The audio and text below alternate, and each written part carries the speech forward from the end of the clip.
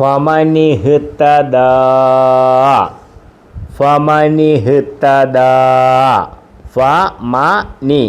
ഫമനി ഹ് ഈ അലിഫിന് ഉച്ചാരണമില്ല. അലിഫിനെ ആ ഇ ഉ എന്ന് വായിക്കത്തില്ല. ഫമനിഹ് നിഹ് ഹ ഹി ഹു ഹ ഹ് ഫമനിഹ്തദാ ഫമനിഹ്തദാ ഫമനിഹ്തദാ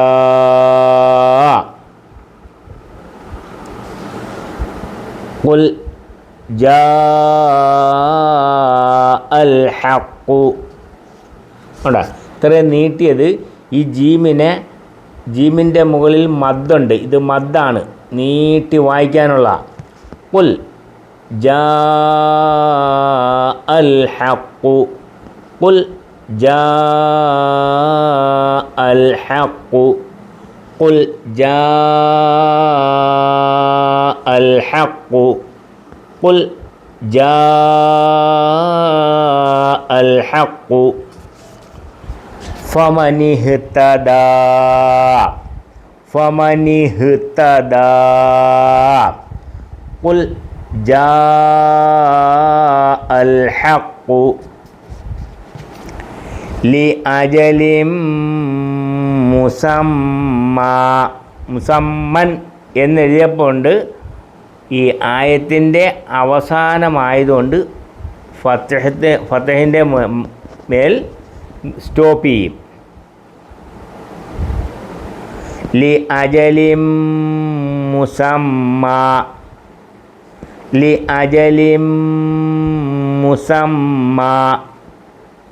എഴുതിയേക്കുന്നത് മുസമ്മൻ എന്നാണ് പറയേണ്ടത്. മുസമ്മ ലിഅജലിൻ മുസമ്മ ലിഅജലിൻ മുസമ്മ. അടുത്തത് ഇത് ജാഅഹു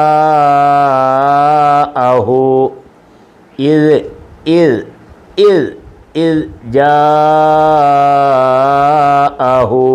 ഇവിടെ ഇത്രയും നീട്ടിയത് ഇത് മദ്ദാണ്. ജീമിൻ്റെ മുകളിൽ എന്നേക്കുന്ന ജാ മദ്ദാണ്, നീട്ടി വായിക്കേണ്ട. ഇത് ജാഅഹു ഇത് ജാഅഹു ലിഅജലിൻ മുസമ്മ ലിഅജലിൻ മുസമ്മ.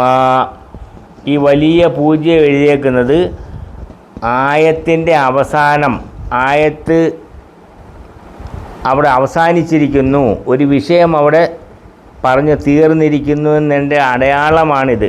ഫുൾ സ്റ്റോപ്പ് ആവുമ്പോൾ മുസമ്മാന്ന് നിർത്തും. എഴുതിയേക്കുന്നത് മുസമ്മൻ എന്നാണ്, പറയുന്നത് മുസമ്മാന്ന് നിർത്തും സ്റ്റോപ്പിൽ. ലി അജലിൻ മുസമ്മ ഇത് ജാഅഹു ഇത് ജാഅഹു ഫമനിഹ്തദാ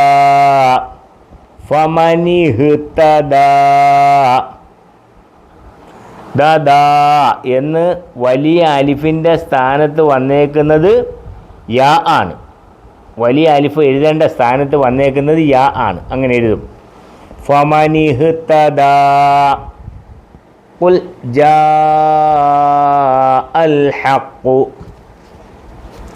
ലിഅജലിൻ മുസമ്മ ലിഅജലിൻ മുസമ്മ ഇത് ജാഅഹു